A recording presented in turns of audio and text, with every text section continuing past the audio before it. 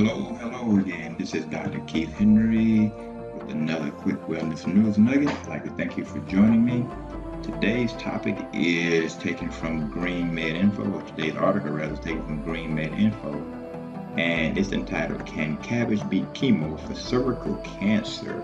Again, I am a naturopathic doctor, and what I do with a quick Wellness News Nugget, if you haven't listened before, is I take an article that has come out during the week or even on a particular day of that week, like today's article, and which is dated September 26th, which came out Thursday. And I basically give my perspective on it as a natural practitioner. I basically give my perspective, my commentary, and typically 5 to 7 minutes, sometimes a little longer if it's a longer article, but I try and keep it to around about 5 to 6, maybe 7, 6.5 minutes. So again, this one is from greenmedinfo.com. If you want to read it, you can go there and check it out for yourself. It starts off by pointing out how mainstream medicine's cancer treatment of radiation and chemotherapy are far from a cure. In fact, they can make cancer more deadly. But new research shows more common vegetables may be more effective in battling cancer. Now, most natural practitioners, if you go down to Mexico, they have entire, in other countries, they have entire natural health hospitals. You will note that they will use these foods, they will use sometimes high-end supplements, but things like cabbage and broccoli are substantially used in these cancer treatment centers. You have knowledgeable people who have treated cancer before. These vegetable juices that are high in these nutrients. And cabbage is being talked about here in this study. It says why. The answer has to do with cancer stem cells that chemo and radiation can't touch. And this is one of the reasons when they can't touch these certain cancer stem cells they can't touch. This is why one of the reasons why there's such a low success rate when you look at the real numbers and not the altered numbers when it comes to treating cancer with radiation chemotherapy, as opposed to comparing it with the natural approach. It goes on to say in this article, in a study published in the journal Cancer, UCLA researchers showed that radiation actually makes breast cancer cells more malignant. They found that radiation kills about half of the tumor cells treated, but yet it makes these breast cancer cells more malignant. It says radiation also transforms other cells into induced, and this is a quote, induced breast cancer stem cells, end quote. Though cancer stem cells make up less than 5% of a tumor, they can regenerate the original tumor. In fact, it says these new stem cells are up to 30 times more likely to form tumors compared to cancer cells that didn't get radiation. So these stem cells can also migrate through blood vessels, spreading cancer to secondary locations. So here's one of the reasons why you get radiation and even chemotherapy, you can have additional problems that you might not have had or you wouldn't have had otherwise if you had gone a natural way. It says chemo works the same way. It kills only though the less harmful cancer cells. The cells that are left are more the lethal CSS cells, CSCs rather, which are the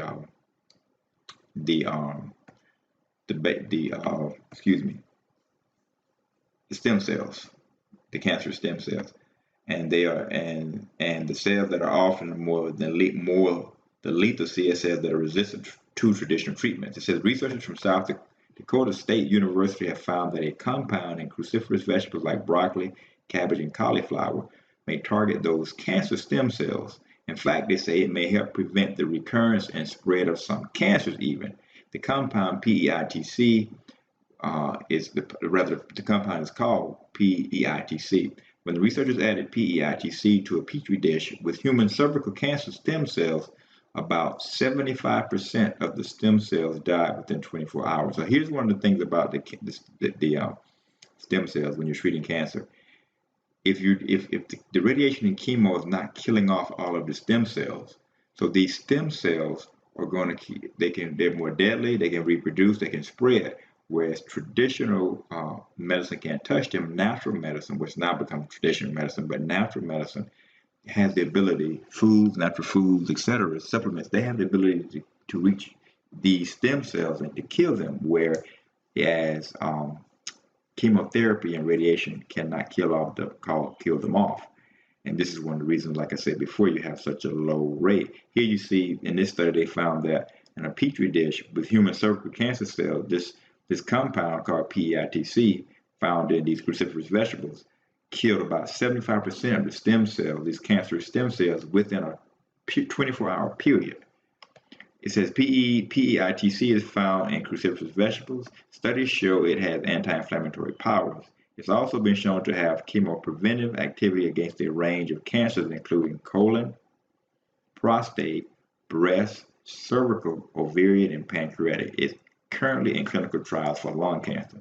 The South Dakota researchers found that PEITC slowed the formation of cervical cancer stem cells in a dose-dependent manner. The article says further that the researchers also found that PEITC significantly reduced the proliferation of both cervical cancer cells and stem cells. In fact, the article says it worked comparably to a chemo drug called selenomycin, a chemo drug, but without the toxic side effects. In addition, it says the effect of PEITC was significantly better in abrogating cervical cancer stem cell proliferation than another cancer drug, another toxic chemo cancer drug. And in mice, it says researchers also found that PEITC lowered the average number and size of tumors. The researchers noted that it is becoming increasingly evident that cancer treatment that fails to eliminate these CSCs allows relapse of the tumor. Again, so they conclude that importantly, PEITC is anti-proliferative in both cervical cancer cells and cervical cancer stem cells, suggesting that it may contribute to eradication of cancer more efficiently than compounds targeting either CSCs or regular cancer cells alone. Again, the CSCs are the more deadly cells that's pointed out. They're the stem cells, cancer stem cells. You don't want to, the article goes on to say, you don't have to wait for a new drug to be developed to take advantage of the PEITC. The researchers noted that the concentrations of PEITC they used in their study can be achieved through a diet rich in cruciferous vegetables. They particularly recommended land and watercress. And they go on to point out that there's prior research published in the British Journal of Nutrition and Biochemical Pharmacology showed that PEITC from watercress may suppress breast cancer cell development. The article goes on to point out further, and I'm trying to hurry here so this doesn't go too long. It says all good reasons to eat more of these healthy veggies rather. Cruciferous vegetables were originally named for the way their flowers seem to form a cross or crucifix shape, but they are also known as brassica vegetables. That comes from their botanical name, which translates to cabbage. And the article goes on to list some of the other cruciferous vegetables that you often would find in the supermarket: bok choy, broccoli sprouts, Brussels sprouts, cabbage, cauliflower, collard greens, kale, mustard greens, radishes, rutabagas, watercress.